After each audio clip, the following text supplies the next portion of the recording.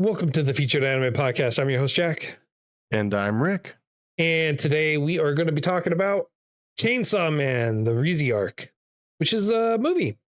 Before that, we were talking about all kinds of random shenanigans and whatnot. If you want to hear a part of that wider conversation, should have joined us live. Part of it's going to most likely be cut. And everything else will be available to the patrons at patreon.com/featured anime podcast. $1 a month to get you access to that bonus content. And now, on to the meat and potatoes.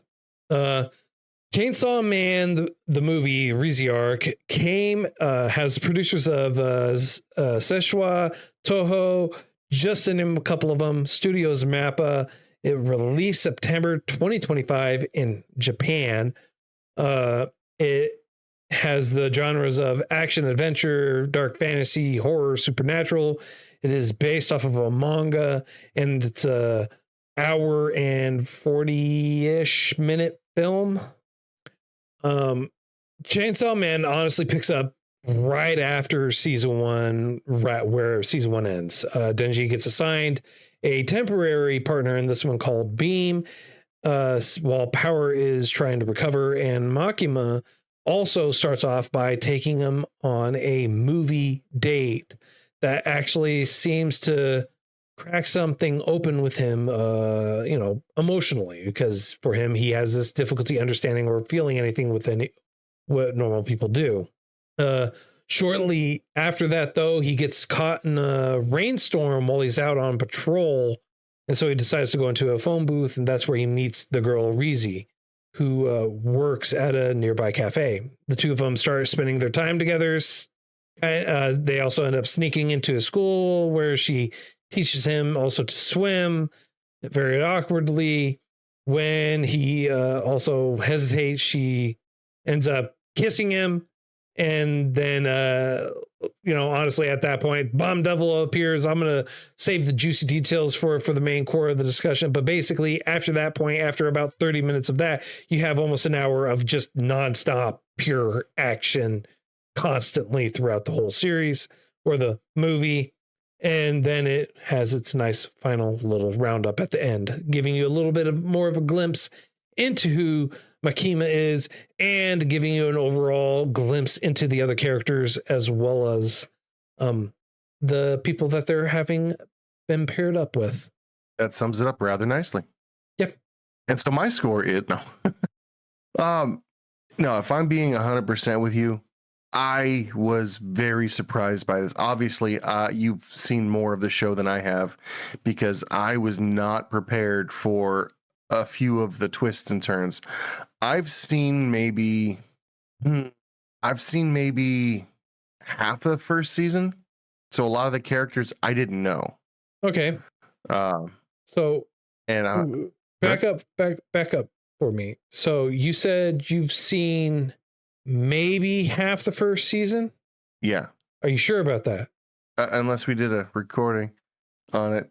I remember half of the first season. I want to point that out. After I'm calling you out on it, after I'm calling you out on reading Spark Notes, sir, I'm gonna have to. Before we do every episode now, I want a play-by-play of every single episode. I want you to watch it with me from now on. We're gonna hop on a call. We're gonna watch it episode by episode from now on. If you only watched Patreon exclusive, if you only watched half of the first season. Considering the fact that we did an episode on the first season. Well, okay. So do you remember Shark Boy? Because he's a brand new character to me. He is a brand new character. He was introduced only in the movie. Oh. That's why they introduced him in the movie. See, you made me think that... okay. Well, when did... You had said you've seen... This is your words. You've seen more of the episodes than I... No. You've seen more episodes than I have. You've seen more of the show than I have. I've seen the exact same amount as you. We did a podcast episode 284, Chainsaw Man. All right. It was... I believe you. It was you gave it an 8. Then why am I so lost at the beginning of the movie? I recognized everybody there. Yeah, except for like what they did was they right where season 1 ended, that is where the movie picks up. Powers being taken away because she has excess blood, and so they want to get some of that blood out of her. That's why she has the extra horns. The other guy, which you know about, with the little top knot or whatever, right?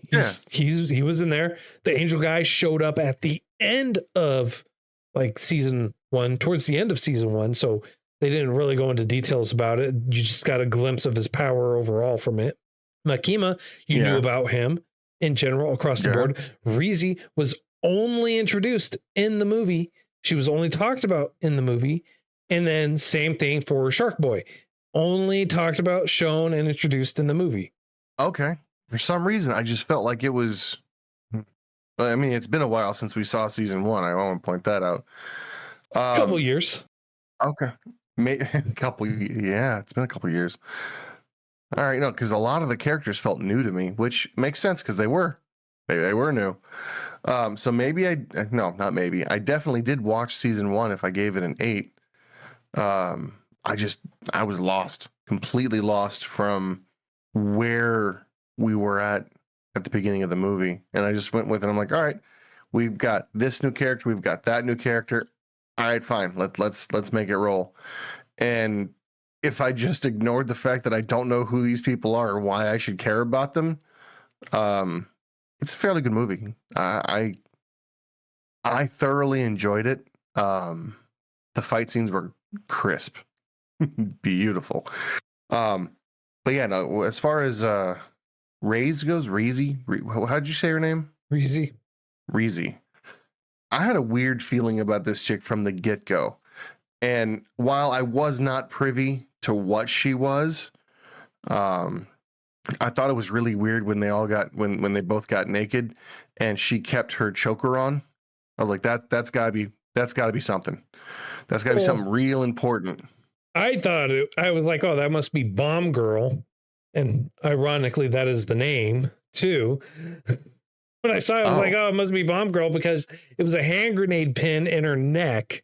And I was like, oh, gotta be Bomb Girl. Whatever, because of the movie poster. Oh, I didn't get spoiled by the movie poster. No, I saw the movie poster and I was like, oh, it looks like a bomb. We even talked about it being bomb. And so they had the girl comes up and I go, oh, that must be Bomb Girl. And then it's like the name. It's like, oh yeah, okay. Well, there you go. Reze. Okay, cool. I believe you. I didn't make the connections for a lot longer than I probably should have. Yeah, it didn't occur to me that this person was immediately a devil. I was in my own head. I was thinking, well, that sucks. She's going to die way too soon because the way that she was being followed, I'm like, somebody's going to take her, skin her, like wear her as a skin suit and then use her to get into an area where they're right next to Denji.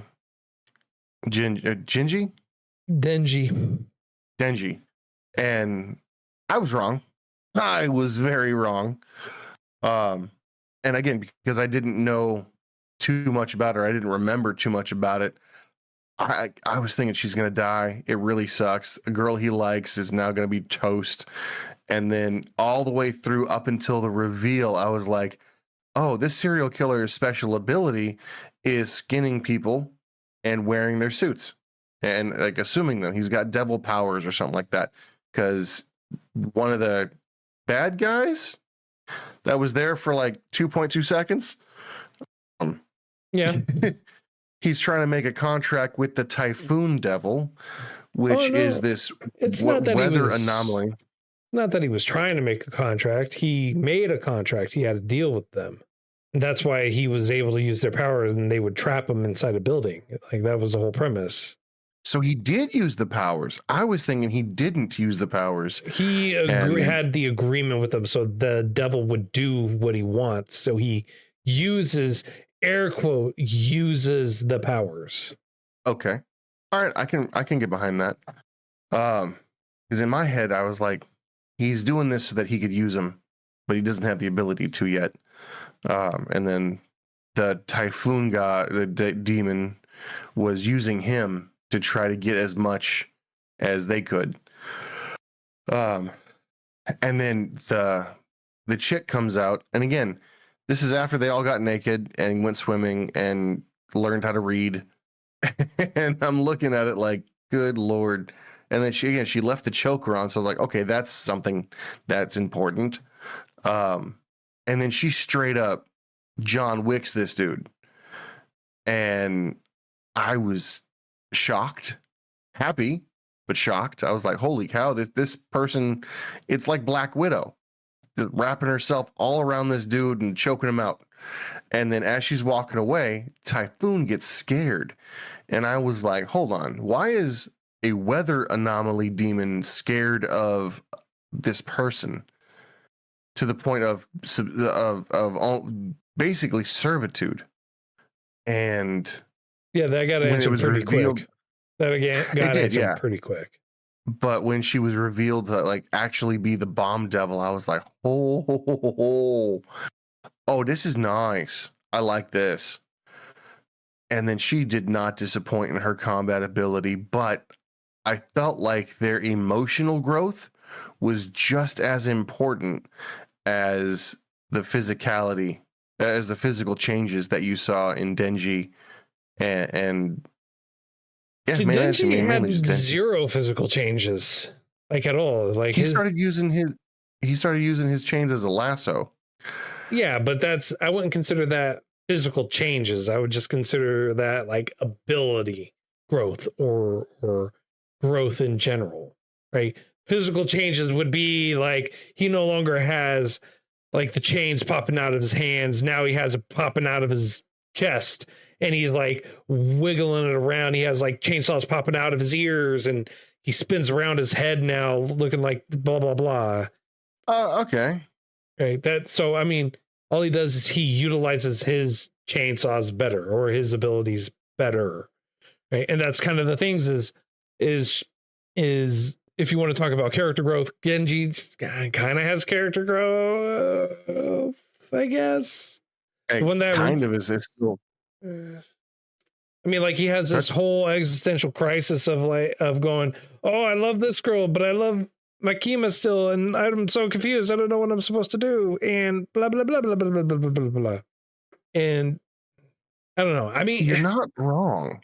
Like the fighting scenes were cool. Yeah, like, and she definitely knew her stuff, way above and beyond anything else. Like the only thing that Denji has going for him is the fact that he's resilient and that he just does not give up. But there are so many times, so many points where he's just like the bro shouldn't be there. He shouldn't be there. I mean, like he's a character that I'm having a hard time get behind. All right, like really, yeah, like I rated the season high, but the movie just like he stays on point for his character and growth, but he just falls flat for you. He just falls flat for me. He really does. And I can respect that. Like, I get it. He's 16. He's a teenager. He's, doesn't know what to do or anything like that. And whatever else. And I get it. Like the whole movie thing is supposed to show emotional growth or whatever it is, or show that bonding point in between him and Makima or whatever that's supposed to be. Right. But I feel like up until the action sequences, the animation was lackluster. It just didn't jive with me. It felt like they were doing something completely different from the rest of the season, from what they did in the season. And then it completely changed when you got to the action sequences. Like when you got to that whole portion of it, the animation, I feel like changed for me. Got better. 1,000%. Yeah, it got cleaner. But I didn't like that you had this really weird animation sequence and format and everything else that was going on with it. And you had half the movie that was slow, and then you went immediately full throttle, breakneck speed to something else. It's like, okay. I kind of feel like that was the show, though. It was. Like it was the show, but at least in the show, they didn't have it be one consistent, long hour of pure action. You had that breakup. You had that break in between action sequences. You had maybe, I don't know, episode and a half of action sequences. You had maybe an episode of action, or you had the action, but it was broken up with more dialogue and character growth and story building and everything else. And this was action, action, action, action, dialogue while there's a lot of action going on, with action filled in, sprinkled in with a little bit more action. Yeah. And then her constantly saying, I should have killed you when I first met you. Like 5, 6, 7, 8 times. It's like, I get it. We understand. You should have killed him when you first met him. You didn't. That's the world we're in right now. Thank you for pointing this out. Thank you for that's your fault. Realizing your mistake several times now. We don't need to hear this constantly. Yeah. No, I definitely, I can get behind you on this one, where it was just, the show's not about regret. It's never been about regret. And there was a lot of regret here. There was a lot to regret, because she had the opportunity to kill him off so many times. And for some reason, unknown, known, whatever, they kind of, in my own opinion, they forced a love story when there wasn't really room for one. Yes. So 1000% yes. They tried playing a love story, fell flat, came back at the end, tried to kind of do it, but then fell flat again. It's like, well, I mean, it's the whole what is it? It's a Cary Grant movie. Yeah. You know the one I'm talking about. They're supposed to meet on top of the Empire State Building. She never shows up, and it's like heartbroken. That's basically the feel I got from it.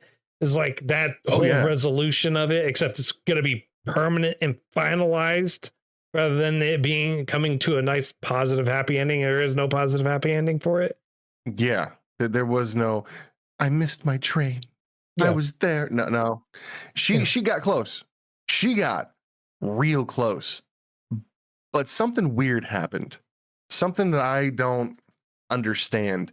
And hopefully you can kind of clarify it for me. What's with the rats? What happened there? What do you mean? How did Makima show up? Show up with out of rats. So do you know, you remember what devils are, right? How they're formed, how they're created, right? Yes. She's the rat devil? Yes. That is what I gathered from it. Because there's no other reason why she should be appearing unless she's that. Okay, I guess. Okay, here you go. Looked it up. She is known as... She is the control devil who embodies the concept of control or conquest, and a member of the Four Horsemen at the time. So she's one of the Four Horsemen, basically. Wow. Okay, I did not see that coming. So how does a control demon show up in rats? When you're in control, you control everything. I don't know. I have more questions than answers at this point. Yep. But I feel like that's kind of the show. She's supposed to be an anomaly. She's supposed to be someone who's way out there, Mm-hmm. They succeeded. That's what she is to a freaking T. I wish they didn't do such a good job, personally, but it's just I'm getting too hung up on her. Yes. The point of this was to show his own battle prowess, I believe, and it did a really good job of it. It showed off, for lack of a better way to put it, most, if not all, of his smaller, not abilities, maybe abilities, because he was able to come back from like death, and it's stated a few times that no other devil would be able to do that except Chainsaw. And while I want to believe that that's 100%, he's also an idiot because he keeps bringing people back who he feels bad for. And the issue that I have is he brings people back and he plays nice, quote unquote, with them, but he's not supposed to. He's ignorant Yes.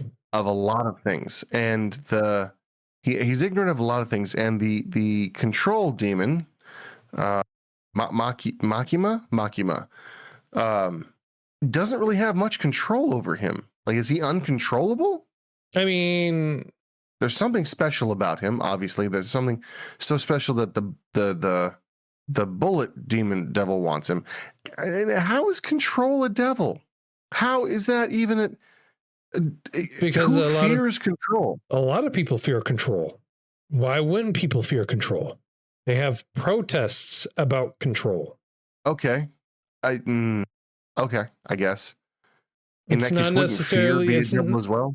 It's not. Well, I mean, like, yeah, there's also a fear of death, and there's also a death devil too. So yes, most of the devils cause death. So there's also a death devil. Yes, there's a bat devil, eternal devil, katana devil, bomb devil, gun devil, control devil. There's a justice devil, a dating devil. Yeah. Someone's afraid of justice. Yes. People who commit heinous acts. Aging devil, war devil. Aging devil. Oh. Yeah. Okay. You got ancient devil, angel devil, bat, bitterness, power / blood, carpenter bee, centipede, chainsaw, chicken. Yes, I said chicken. Cockroach, claw. It's running at me. Curse, doll, ear. Yes, ear. Eternity. Okay. They're super strong from what I know. Fire, fish, fox, future, frog. Need I go on? They have a mold, a marshmallow devil. And really? Yes. And somehow the bullet devil beats them all. Perfect sense. This is a flawless snow analogy. Devil. It makes so much sense. There's a there's a no devil. Snow. Like the word no. Snow. Snowing, winter wonderland. Snow. SNOW. Snow. Okay. Snow. I was like, there's a no devil. Like someone's afraid of the word no. I guess if that's the case. There's a STD devil. You lie. No, I'm serious. Mouth. Oh, legs. I'm not gonna lie. That the STD devil is probably the only one I'd be afraid to run into. Guillotine. Yep. Oh, good Lord. And then, hey, CJ, thanks for joining the chat. He says something to the effect of, where's the throat devil? I'm trying to see something. I mean, like, I'm sorry to tell you this. The closest thing they have to that is teeth devil. Oh, that is worrisome. Mentioned devils. Oh, that face though. Moon devil, people devil, gravity devil, car devil, coffee devil, sickness devil, suicide and trauma. I too am afraid of the gravity. I too fear gravity for some inexplicable reason. Tomato devil. Yeah, I mean, like, there's a whole bunch that's in here. I mean, like, devils, there's a devil for everything. There's probably those are just the ones that I can find. There's devils who bear the names of primal fears, are particularly ancient and powerful, embodying the concept that have instinctual primal fears associated with them and ingrained with the human psyche, described as transcendent beings. They frighten lesser devils and fiends alike, including those who have previously been ignorant to their existence. Currently, the 4 primal fear devils have been shown. They are the darkness, falling, aging, and death devil. Okay. And then they have the great king of terror. Is the eldest of the 4 horsemen and the strongest existing devil, the death devil, who embodies the for said ultimate terror, and is set to make blah blah blah blah blah blah blah blah blah blah blah blah blah. So yeah, there you go. Aging, darkness, Death Devil, Failing Devil. Interesting. Since we're going off the movie real quick, I have a question that you might be able to answer. Nope. Either with a quick Google search or with your own knowledge. When they kill a devil, is it replaced? Some of them can be restored. Some of them cannot. Now, if you kill that devil, does the fear of it just go away? I'm not going to get into an interesting concept. No, the fear stays there, but I'm not gonna. Okay. Yeah. No. Interesting. Ah, well, that'd have been an interesting concept. Oh, that would be an interesting concept. We'll have to get into this in the pre-show or the post-show. Back to the show. If I had to sympathize with any actual character, I would probably sympathize with the Bomb Devil, because I feel like, as unrealistic as this is, I feel like there was real reform. I feel like they actually changed themselves, like on a fundamental level, for some weird Naruto-esque talk no jutsu way, where the bad guys reformed into the good guy, or at least not maintaining the enemy status, you know? Yeah. And no, I get it. I think that Makima kind of ripped that away, and I'm starting to see Makima as more of a villain than I am an ally, because every person that gets close to our main character seems to have something go wrong, so that the only person that our main character can attach to, can appreciate, is her. And Makima obviously is not a good person. Well, obviously. I mean, she's a devil. So, you know. Wait, not a hybrid, like a real devil? Yeah. So like Angel's a devil. No joke. Okay. Yeah. So in theory, someone can contract with her? She is contracted, I thought. She's contracted, and that's why she works where she does. How? Okay. Can a devil contract another devil, or no? Or she's contracted to a human? Contracted to humans. If I remember correctly, I think they said that she was contracted to like an official or something like that. She's contracted to an official, and she can work. That makes so much more sense why she was able to restore herself after basically losing her head in the first season. So that makes way more sense. Holy cow. Things are falling in place now that I'm thinking about it more. Right. Because you and I were both like, what kind of demon did she contract with to avoid a shot in the head?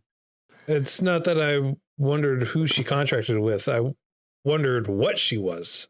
But yeah. I mean, like, Denji's able to, I mean, like, basically restore and revitalize himself anyways, so. Everything, yeah. But that's a highly unique situation that he's got. But yeah, no, it's. I mean, she'd be unique too, I guess. She being one of the stronger ones. Yeah. Yeah. Huh. She'd definitely be. Right. Huh. Okay.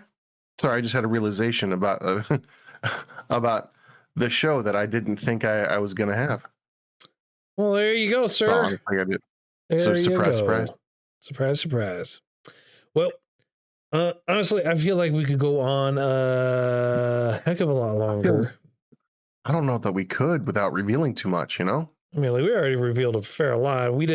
Half of what we talked about wasn't even about the movie. True. I mean, like, to be fair, like 3/4 of the movie is just action. There's not much to really reveal there. It's like, hey, it's an action movie. It's like the story is very shallow. Yeah. It really is. It's not a nothing burger for sure. It's definitely got some forward momentum. And I think that if they incorporate this into the series, they're going to have to do a flashback of some kind just to explain where the bomb devil came from. Do you think they're going to do like like they did with Dragon Ball, where the movie becomes like a season? You mean like what they did with Made in Abyss? Yes. I guess they did a Made in Abyss, where the movie was legitimately like you had to watch it to make sense of it, whereas with like Dragon Ball Dragon Ball Z. No, you're thinking Dragon Ball Super. They did a series and then they did the movie, and it was side by side for it. You're thinking Made in Abyss, where Made in Abyss for the movie was the bridge between season 1 and season 2. Yeah. So you're thinking this is gonna be the bridge between season 1 and season 2? Yes. Okay. Yeah, the movies for the first 2 movies for the Made in Abyss movies, like we already talked about, those are different than the season so it tells a slightly different 100%. Story. So, well, that's exactly what I was trying to say, because Dragon Ball, where they took the movie and made an arc out of it that's in the series. So yeah. So what you're saying is not. So what you're saying is, are they going to turn the movie into a series? And I doubt that they will. Yeah, I hope not, because that's just basically the only ones that have done that. The only ones that have done that were Made in Abyss, but it wasn't series to movie. It was movie to series. It was series to movie. Yeah. And it was to compress it because they wanted to release it at the same time that the 3rd movie was coming out. And Dragon Ball Z is the only other one that I can think of that actually does that. I can't think of any other series that does that. And Dragon Ball Z is notorious for that. Yeah. Yeah, but I can't help but love them. Anyway, no worries. So CJ says he didn't hear. Basically, we'll get into it in the pre-show. We'll get into it in the post-show. Post-show. Yeah, we'll get into it at the post-show. Scale of up to 10, sir. How would you rate this? So for me, I was originally going to come at it with an 8, like I did before, but you did talk me down to a 6 because I had to make concessions on this one. Unfortunately, pre-fight scenes, the animation was a bit blah. I didn't feel like it needed to be crisp. I didn't feel like it needed to be all there, but there's a definite difference in quality from when you've got fighting going on. Everything seems to be crisp. Everything seems to be just ideal in the everything, and just hectic beyond all recognition, and just beautiful. Whereas prior to that, there was some blurring of the edges. There was just, I don't know. It felt like 2 different animation studios. There you go. So yes, 6. There you go. For me, 5, very middling of the road. For the reasons I already talked about, the animation and everything, the story, like all the reasons, everything that I already talked about in the pre-show or in the show is why I'm giving this a 5. It's very middling of the road. It kind of is what it is. I mean, like if they come out with another season, it will, I feel like will serve a purpose. That I just don't see the benefit in it. That being said, next week is going to be your choice, and you said we were going to be watching Brilliant New Healer. Oh yeah, yeah. I was gonna say I completely lost track of what it was because I closed it out after I told you. I want to say it was the Brilliant Healer in the Slums. Yeah, there you go. Brilliant Healers, New Life in the Shadows. Thank you. Yes. So if you feel like we did too much justice and not enough justice or anything like that, feel free to contact us and let us know. All our contact information is in the show notes, as well as on our website at featuredanimepodcast.com. You can also join us on Discord and talk to us and hang out with us in there. And then, of course, on stream as well, where we stream majority of our episodes on twitch.tv/featuredanimepodcast. And then, of course, we have some affiliate links for you as well for Crunchyroll. Get yourself a nice free trial or get a discount off their store. Links for you are in the show notes for that. And then let's not forget about Tokyo Treats. Nice, wonderful, delicious treats every single month coming straight to you. If you use our affiliate link along with coupon code featured anime, you get $5 off that very first box. And trust me, the treats are worth it. And of course, let's not forget one of the best ways you can support us is by going to patreon.com/featured anime podcast. If you go there, $1 a month to get you access to bonus content that we usually post with every episode. And of course, don't forget about some Swinky swag, shop.featuredanimepodcast.com. And until next time, I'm Jack. And I'm Rick, and we'll see you next time.